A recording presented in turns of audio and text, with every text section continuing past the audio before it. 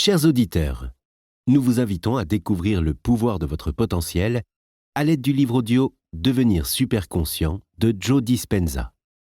Dans ce livre audio captivant, l'auteur explique comment vous pouvez ouvrir votre esprit à des possibilités infinies et ainsi changer votre vie pour le mieux.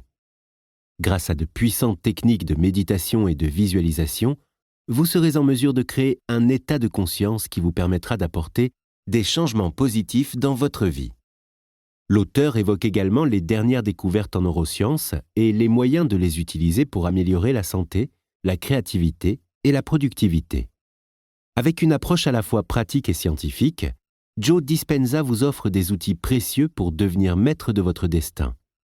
Ce livre audio captivant est un guide essentiel pour tous ceux qui aspirent à une vie plus épanouissante et pleine de sens.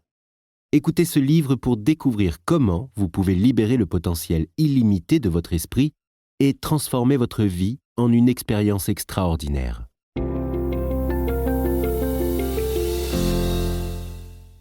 Chapitre 2. Le moment présent.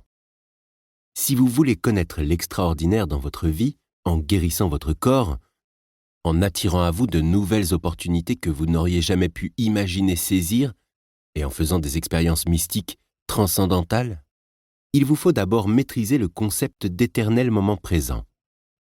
Si la plupart des gens comprennent le sens premier de cette notion, ne pas penser au futur ni vivre dans le passé. Je voudrais toutefois vous proposer une vision complètement différente de ce concept. Il vous faudra pour cela transcender la notion de monde physique, y compris votre corps, votre identité et votre environnement, et même la notion de temps. C'est ainsi qu'une possibilité devient réalité. Après tout, si vous ne dépassez pas votre vision de ce que vous pensez être, ainsi que vos croyances et conditionnements au sujet du fonctionnement du monde, il ne vous sera pas possible de vous créer une nouvelle vie, un nouveau destin. Vous devez donc cesser de vous mettre des bâtons dans les roues, transcender le souvenir de votre identité et laisser une force supérieure, mystique, prendre le relais. Dans ce chapitre, je vais vous expliquer comment faire. Pour commencer, intéressons-nous au fonctionnement du cerveau. Quand un tissu neurologique du cerveau ou du corps est activé, il crée le mental. Par conséquent, du point de vue neuroscientifique, le mental est le cerveau en action.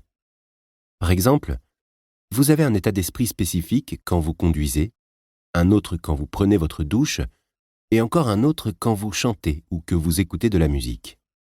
Vous avez un état d'esprit très spécifique lorsque vous exécutez chacune de ces fonctions complexes, car vous avez probablement effectué chacune de ces tâches des milliers de fois.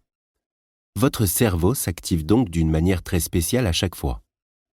Quand votre cerveau est en action, par exemple, quand vous conduisez votre voiture, il s'avère que vous activez effectivement une séquence, un schéma ou une combinaison de réseaux neurologiques spécifiques.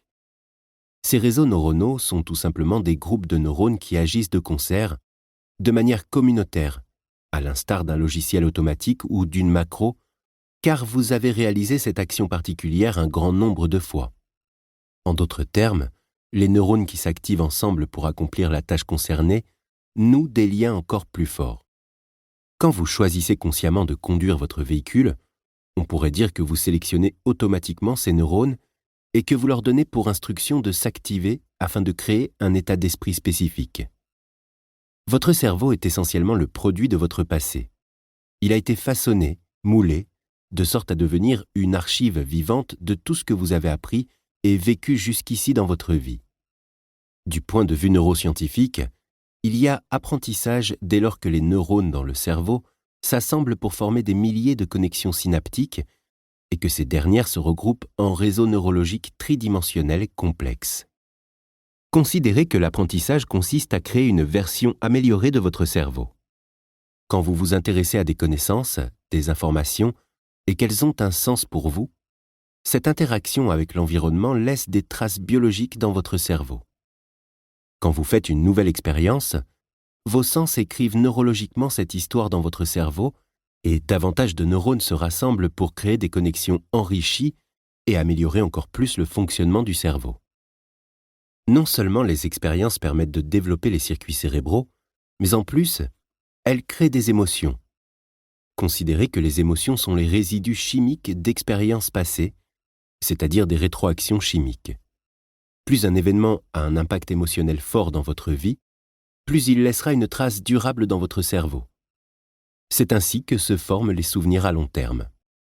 Aussi, si apprendre signifie créer de nouvelles connexions dans le cerveau, se souvenir signifie préserver ces connexions. Plus vous répétez une pensée, un choix, un comportement, une expérience ou une émotion, plus les neurones concernés s'activent et créent des liens, et plus ils développeront une relation à long terme.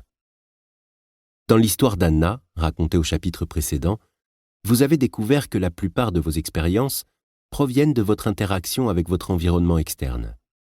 Puisque vos sens vous relient à l'environnement extérieur et constituent dans votre cerveau des archives neurologiques du récit de vos expériences, quand vous revivez un événement très chargé émotionnellement, en bien ou en mal, ce moment laisse une empreinte neurologique dans votre cerveau sous forme de souvenir. Par conséquent, quand une expérience modifie chimiquement votre état d'esprit normal et vous amène à être très attentif à la cause, vous associez une personne ou une chose spécifique à l'endroit où se trouve votre corps en un moment spécifique. C'est ainsi que vous créez des souvenirs en interagissant avec le monde extérieur. On peut aujourd'hui affirmer sans craindre de se tromper que le passé n'a d'existence que dans notre cerveau et notre corps. Comment votre passé devient votre futur ? Intéressons-nous maintenant à ce qui se passe sur le plan biochimique à l'intérieur de votre corps quand vous avez une pensée ou une émotion. Quand une pensée ou un souvenir vous vient, il se produit une réaction biochimique dans votre cerveau qui amène ce dernier à émettre certains signaux chimiques. C'est ainsi que des pensées immatérielles prennent littéralement forme en devenant des messagers chimiques. Ces signaux influencent votre corps afin qu'il se conforme parfaitement à vos pensées. Une fois que vous constatez que vous sentez de telle ou telle manière, de nouvelles pensées correspondant à vos sensations surviennent et votre cerveau libère davantage de substances chimiques pour que, là encore, vos sensations soient en adéquation avec vos pensées. Par exemple, si vous avez une pensée de peur, vous commencez à éprouver de la peur. Au moment où vous ressentez cette émotion, elle vous influence, provoquant en vous davantage de pensées de peur qui engendrent elles-mêmes la sécrétion de nouvelles substances chimiques dans le cerveau et dans le corps, ce qui renforce votre sensation de peur. Et c'est ainsi que vous vous retrouvez piégé dans un cercle vicieux. Vos pensées créent vos sensations et vos sensations créent vos pensées. Et si les pensées sont le vocabulaire du cerveau et les sentiments celui du corps, et que le cycle de vos pensées et de vos émotions devient votre état d'être, alors vous vivez totalement dans le passé.